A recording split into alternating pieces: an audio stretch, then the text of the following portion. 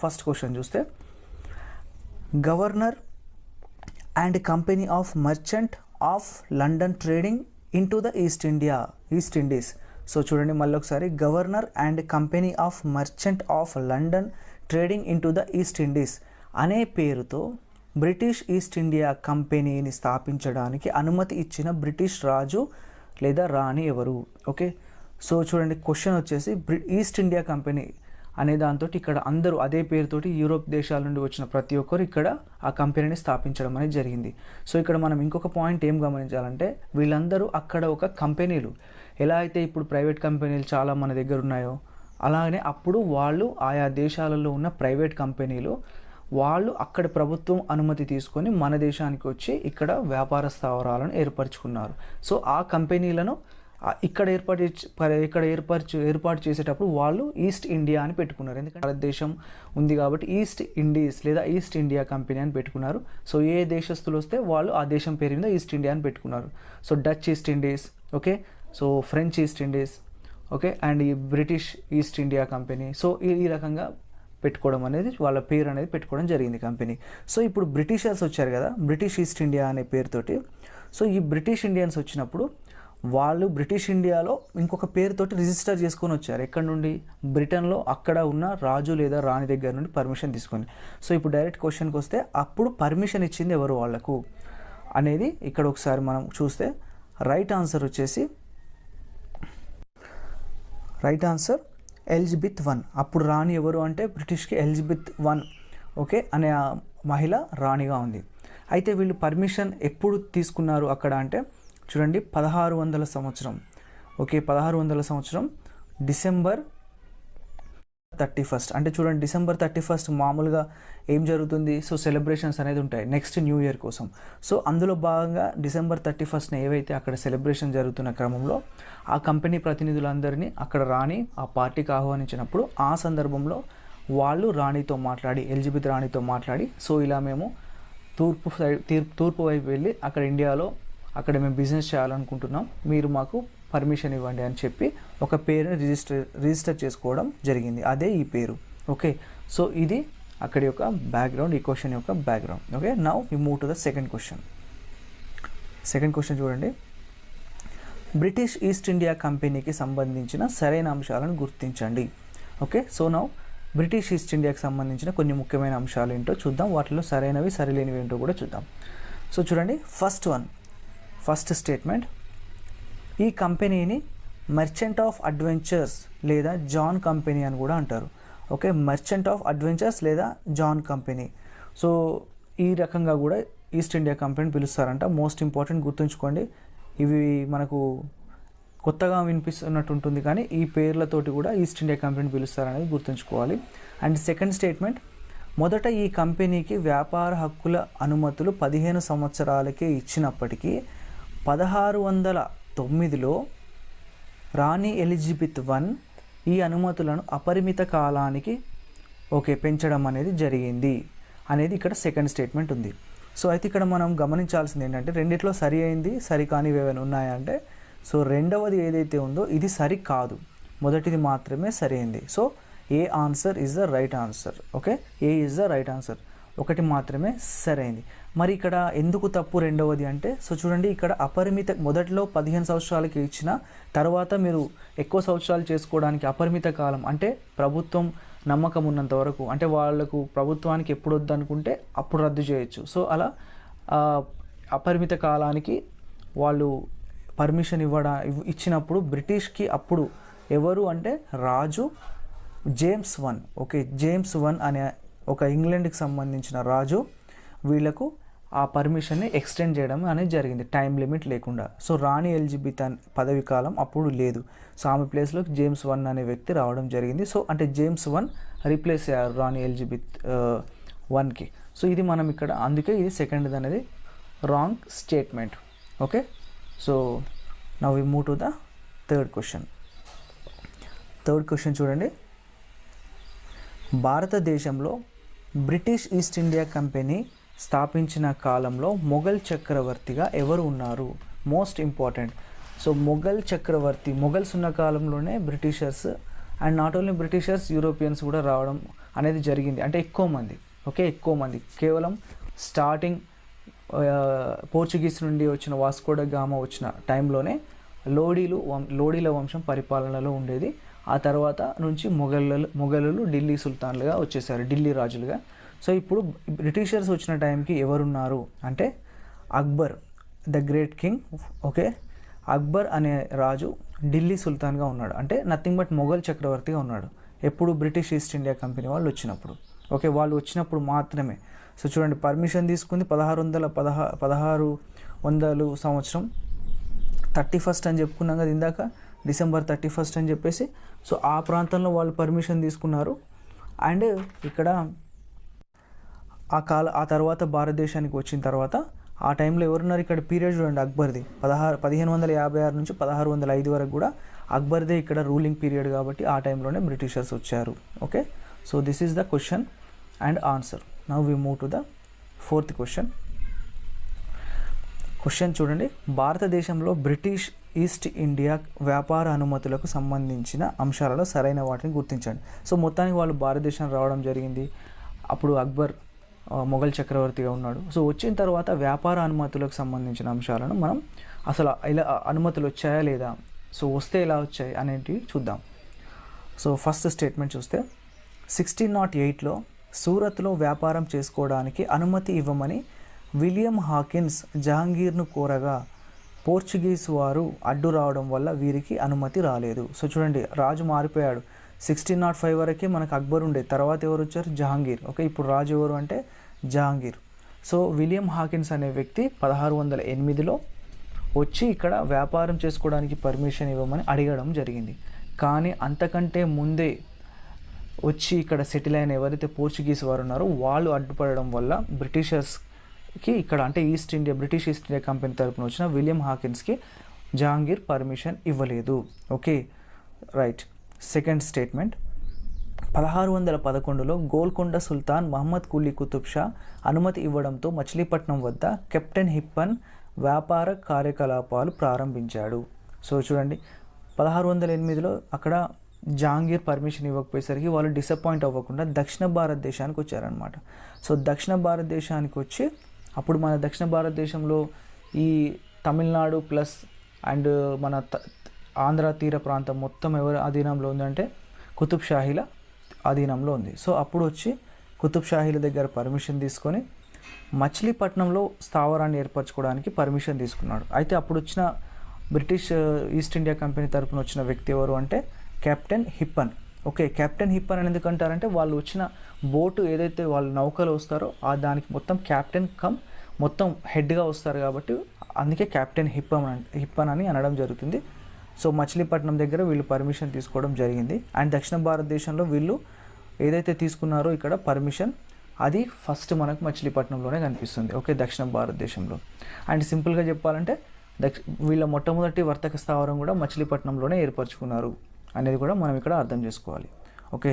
And third statement చూస్తే 1612లో captain best ఆధ్వర్యంలోని dragon, ఒసియాండర్ British నౌకలు పోర్చుగీస్ నౌకలను ఓడించిన తర్వాత జహాంగీర్ సూరత్లో వీరికి ఫ్యాక్టరీలు నిర్మించుకోవడానికి అనుమతి ఇచ్చాడు. అంటే చూడండి, ఇక్కడ బ్రిటిషర్స్ చేతిలో ఇక్కడ పోర్చుగీస్ నౌకలు ఓడిపోయిన తర్వాత అప్పుడు జహాంగీర్ వాళ్ళకి ఇంప్రెస్ అయ్యాడు బ్రిటిషర్స్కి, వీళ్ళే చాలా బలవంతులు, వీళ్ళతోటి మనం స్నేహం చేస్తే మంచిదే అని అనుకుని సో వాళ్ళకు కూడా అక్కడ బిజినెస్ చేసుకోవడానికి పర్మిషన్ ఇవ్వడం అనేది జరిగింది. సో ఇవి అప్పుడు వాళ్ళకి పర్మిషన్ రావడానికి ఉన్న సంఘటనలు. సో ఇక్కడ 3 స్టేట్మెంట్స్ కూడా సరి అయినవే, okay. All the 3 statements given above are right, okay. Now we move to the next question. ఇక మనం నెక్స్ట్ క్వశ్చన్ అంటే 5th క్వశ్చన్ ఒకసారి చూస్తే, సో బ్రిటిష్ ఈస్ట్ ఇండియా కంపెనీకి సంబంధించిన సరైన అంశాలు. అంటే మనం బ్రిటిష్ ఈస్ట్ ఇండియా కంపెనీ వాళ్ళు భారతదేశానికి వచ్చాక ఇంతకుముందు మనం ఎలా అయితే మొదట్లో వాళ్లకు మొఘల్ చక్రవర్తి జహాంగీర్ పర్మిషన్ ఇవ్వలేదు, కానీ తర్వాత వాళ్ళ సైనిక ప్రతిభను చూసి మెచ్చి ఇచ్చాడు అని చెప్పేసి మనం దానికి సంబంధించిన ఇన్ఫర్మేషన్ని ప్రీవియస్ బిట్లో చూసాం. అండ్ అలాగే దానికి కంటిన్యూటీగా చూస్తే బ్రిటిష్ ఈస్ట్ ఇండియా కంపెనీకి సంబంధించిన మరికొన్ని సరైన అంశాలు ఏంటో చూద్దాం. ఫస్ట్ వన్, 1615లో ఇంగ్లాండ్ రాజు జేమ్స్ I తరపున రాయబారిగా జహాంగీర్ ఆస్థానానికి వచ్చిన సర్ థామస్ రో ఆగ్రా, అహ్మదాబాద్, బ్రోచ్లలో వర్తక స్థావరాలను ఏర్పాటు చేసుకోవడానికి అనుమతి పొందాడు. ఓకే, సో ఈసారి ఏమైంది 1615లో సో డైరెక్ట్గా రంగంలోకి ఎవరు దిగారంటే అప్పుడు రాజుగా ఎవరైతే ఇంగ్లాండ్ రాజుగా ఉన్నారో జహాంగీర్ దగ్గరికి. సో ఇంతకుముందు పర్మిషన్ ఇవ్వలేదు కదా స్టార్టింగ్లో, అలా కాకుండా ఈసారి ఎట్లనైనా పర్మిషన్ పొందాలి అఫీషియల్గా అన్న ఉద్దేశంతో డైరెక్ట్గా సర్ థామస్ రో అనే పర్సన్ని రాయబారిగా తన తరపున ఇక్కడికి పంపాడనమాట. సో పంపినప్పుడు ఈసారి వాళ్ళ ఏదైతే వాళ్ళ రాయబారిగా వచ్చిన అతన్ని యొక్క యాక్సెప్ట్ చేసి సో తన రిక్వెస్ట్ని యాక్సెప్ట్ చేసి సర్ థామస్ రో ఇక్కడ ఆగ్రా, అహ్మదాబాద్, బ్రోచ్ ఈ ప్రాంతాలలో వర్తక స్థావరాలను ఏర్పాటు చేసుకోవడానికి జహాంగీర్ నుండి అనుమతి పొందాడు. ఓకే, అండ్ నెక్స్ట్ 1619 నాటికి ఆగ్రా, బరోడా, అహ్మదాబాద్, బ్రోచ్ వద్ద వర్తక ఫ్యాక్టరీలను ఏర్పాటు చేసుకున్నారు. చూడండి 4 ఇయర్స్లో ఏం జరిగింది, ఆగ్రా, అహ్మదాబాద్, బరోడా, బ్రోచ్ అక్కడ వర్తక ఫ్యాక్టరీలు, ఇంతకుముందు వర్తక స్థావరాలు. డిఫరెన్స్ ఏంటి స్థావరాలకు ఫ్యాక్టరీకి? సో స్థావరాలంటే వాళ్ళు వేరే దగ్గర నుండి తెచ్చుకున్న ఏవైతే వస్తువులు ఉంటాయో అక్కడ పెట్టి ఒక ప్రాంతంలో అమ్ముకోవడం, అంటే జస్ట్ అక్కడ ఎగుమతి దిగుమతి చేసుకోవడానికి మాత్రమే ఆ ప్రాంతాలు అనమాట.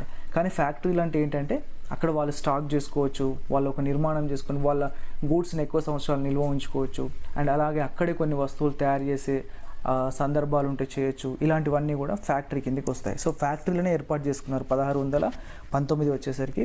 అండ్ ఇక థర్డ్ స్టేట్మెంట్ చూస్తే 1621 సంవత్సరంలో తూర్పు తీరంలోని పులికాట్ దగ్గరలో ఆర్ముగం వద్ద ఒక వర్తక స్థావరం కూడా ఏర్పాటు చేసుకున్నారు. ఓకే, 1621 వచ్చేసరికి ఏమైంది, సో ఇటు పులికాట్, ఓకే తూర్పు తీరంలో పులికాట్ తీరం ఉంది, చాలా ఫేమస్ పులికాట్ సరస్సు. సో అక్కడ దగ్గరలో ఆర్ముగం వద్ద మనకు ఇక్కడ వర్తక స్థావరాన్ని కూడా ఏర్పాటు చేసుకున్నారు. అంటే దీన్ని బట్టి మనకి ఏమర్థమవుతుందంటే వాళ్ళు స్లోగా ఇక్కడ వర్తక స్థావరాలను ఇక్కడ ఒక్కొక్క ఏరియాలో ఆల్ సైడ్స్ ఇటు ఉత్తర భారతదేశంలో అంటే ఢిల్లీ ఎక్కడైతే ఆగ్రా అనేది ఉందో అది ఉత్తర భారతదేశం, బరోడా కూడా అటే వస్తుంది ఉత్తర భారతదేశం, అండ్ అహ్మదాబాద్, బ్రోచ్ అనేటివి పశ్చిమ భారతదేశం, అండ్ మచిలీపట్నం కావచ్చు, పులికాట్ అనేవి తూర్పు తీర ప్రాంతం. ఇలా దేశంలోని నలుమూలల వాళ్ళ విస్తరణ అనేది మొదలైంది అని మనం ఇక్కడ అర్థం చేసుకోవచ్చు. ఓకే, సో అన్ని స్టేట్మెంట్స్ కూడా సరి అయినవే. Okay, now we move to the next question. 6th one, తూర్పు భారతదేశంలో బ్రిటిష్ ఈస్ట్ ఇండియా వారి యొక్క మొదటి స్థావరాన్ని ఎక్కడ ఏర్పాటు చేసుకున్నారు? తూర్పు తీరంలో. ఓకే, తూర్పు తీరంలో మొట్టమొదటిసారిగా వీళ్ళు ఎక్కడ ఏర్పాటు చేసుకున్నారు అంటే ఇక్కడ మనం 4 ఆప్షన్స్లో ఇవన్నీ కూడా తూర్పు తీరంలో ఉన్నవే. ఈ తూర్పు తీరంలో వీళ్ళు మొదటగా ఇక్కడ మనం ఏం చెప్పుకోవాలి రైట్ ఆన్సర్ అంటే, so first one Balasore or Hariharpur Balasore. ఇది ఇక్కడ మొత్తం తూర్పు భారతదేశంలో. చూడండి ఇంతకు ముందేమో పులికాట్ అనేది మనకు తూర్పు తీరంలో వస్తుంది, సముద్ర తీరంలో. అండ్ ఇది బాలాసోర్ అనేది మొత్తం తూర్పు భారతదేశం సర్కిల్, ఈ మొత్తం సర్కిల్లోనే మొట్టమొదటిసారిగా వీళ్ళు ఏర్పాటు చేసుకున్న వర్తక కేంద్రం. ఇది ఏ సంవత్సరము అని అంటే ఇక్కడ 1633 అని చెప్పొచ్చు. ఓకే, 1633 సంవత్సరంలో తూర్పు తీరంలోనే మొట్టమొదటిసారిగా తూర్పు భారతదేశంలో ఒక వర్తక స్థావరాన్ని బాలాసోర్లో ఏర్పాటు చేసుకున్నారు. డోంట్ కన్ఫ్యూజ్, తూర్పు భారతదేశం అంటే బాలాసోర్, తూర్పు తీరం అంటే ఇంతకుముందు మనకు పులికాట్ అనేది వస్తుంది, అది 1621లో. సో ఈ రెండింటిని కూడా మనం అబ్జర్వ్ చేయాలి, చాలా డిఫరెన్స్ వస్తుంది ఇక్కడ ఈ రెండు పదాలలో తేడా వస్తాయి. ఓకే, సో ఇప్పుడు మనం నెక్స్ట్ క్వశ్చన్ చూద్దాం. ఈ క్రింద ఇవ్వబడిన అంశాలలో సరైన వాటిని గుర్తించండి అంటున్నారు. ప్రస్తుత మద్రాస్ పట్టణం ఉన్న ప్రాంతం అంతా 17వ శతాబ్దం ప్రారంభ కాలంలో చంద్రగిరి రాజు అయిన 3వ వెంకటపతి రాయలు అధీనంలో ఉండేది. ఓకే, సో ఇది ఎప్పటి ముచ్చట అంటే 17వ శతాబ్దం బిగినింగ్లో. అంటే కరెక్ట్గా చెప్పాలంటే ఈ ఇన్సిడెంట్ ఎప్పుడు జరిగిందంటే 1639లో జరిగిన ఇన్సిడెంట్ గురించి మనం మాట్లాడుకుంటున్నాం. అందుకే 17వ శతాబ్దం ఎర్లీ అంటున్నాం, ప్రారంభ దశలో. సో ఇప్పుడు ప్రస్తుతం అనే మద్రాస్ పట్టణం అప్పుడు ఇంకా లేదు, ఆ పేరుతో ఏ పట్టణం లేదు.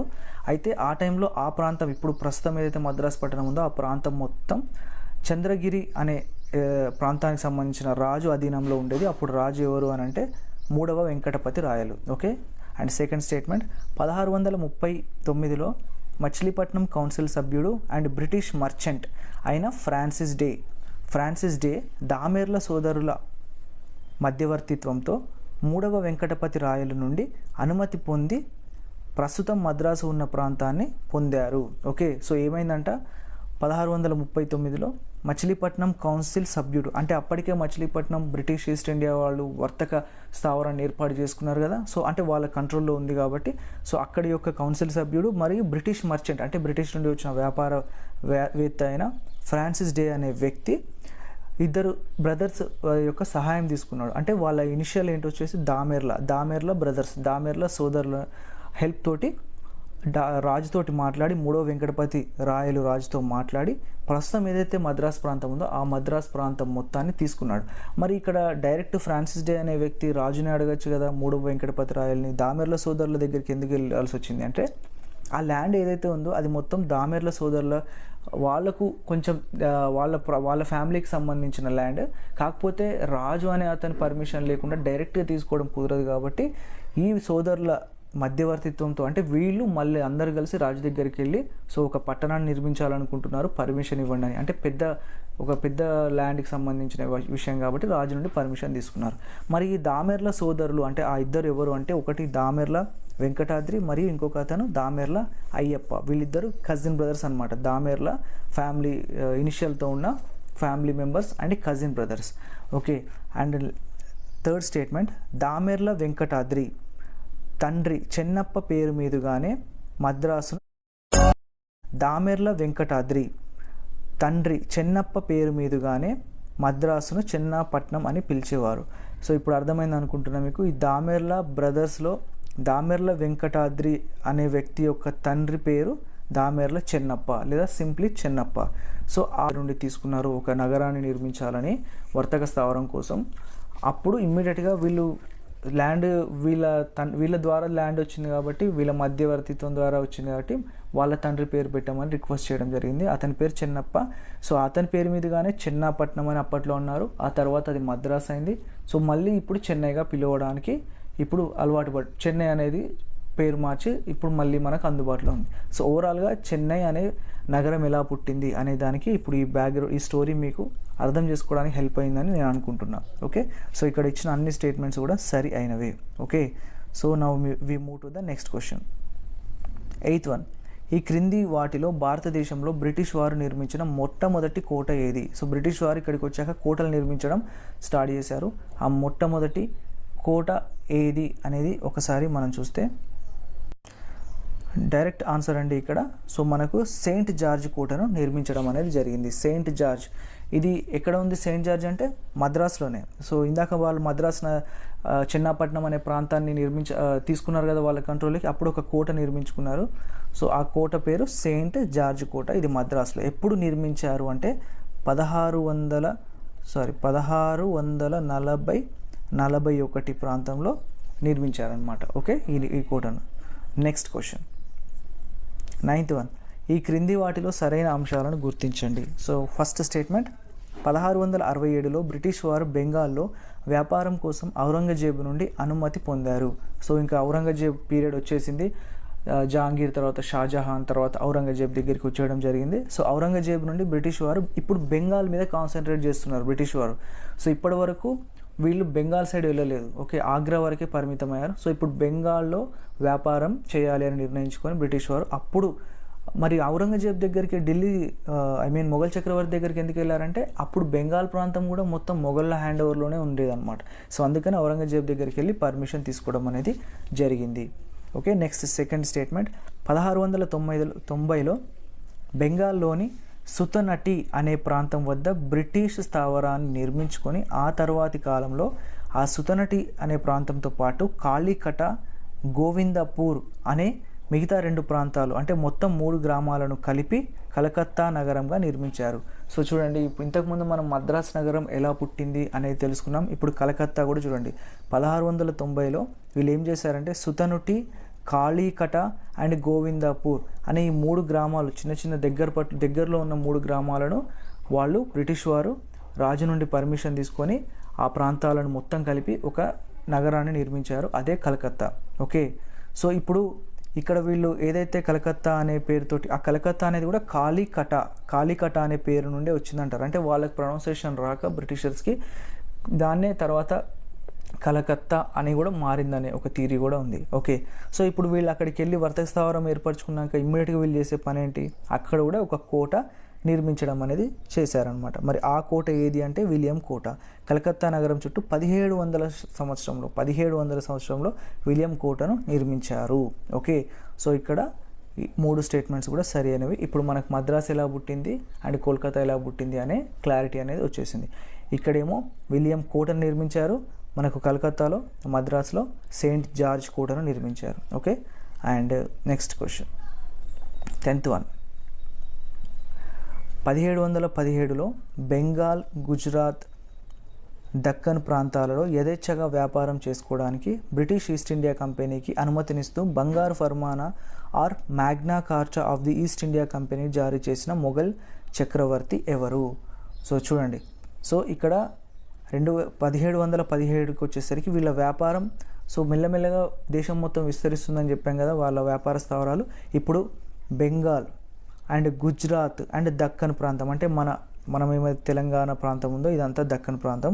ఈ ప్రాంతాలలో యథేచ్ఛగా అంటే ఫ్రీగా అంటే ఐ మీన్ వాళ్ళకు ఫుల్ పర్మిషన్స్ వాళ్ళకి ఉండే విధంగా ఒక గవర్నమెంట్ ఆర్డర్ని జారీ చేయమని చెప్పి మొఘల్ చక్రవర్తిని అడిగారనమాట. సో దానికి అతను ఫర్మానా అంటే నథింగ్ బట్ ఇప్పుడు జీవో అంటాం కదా గవర్నమెంట్ ఆర్డర్, అలాంటిదే అనమాట. సో ఆ ఫర్మానాని అప్పుడు జారీ చేసిన మొఘల్ చక్రవర్తి ఎవరు అని అంటే ఇక్కడ Farooq Syria. Okay, Farooq Syria అనే రాజు అప్పుడు అధికారంలో ఉన్నాడు. సో ఇతనే ఆ పర్మిషన్, ఆ ఫర్మానా, బంగారు ఫర్మానా అనేది ఇవ్వడం అనేది జరిగింది. ఓకే.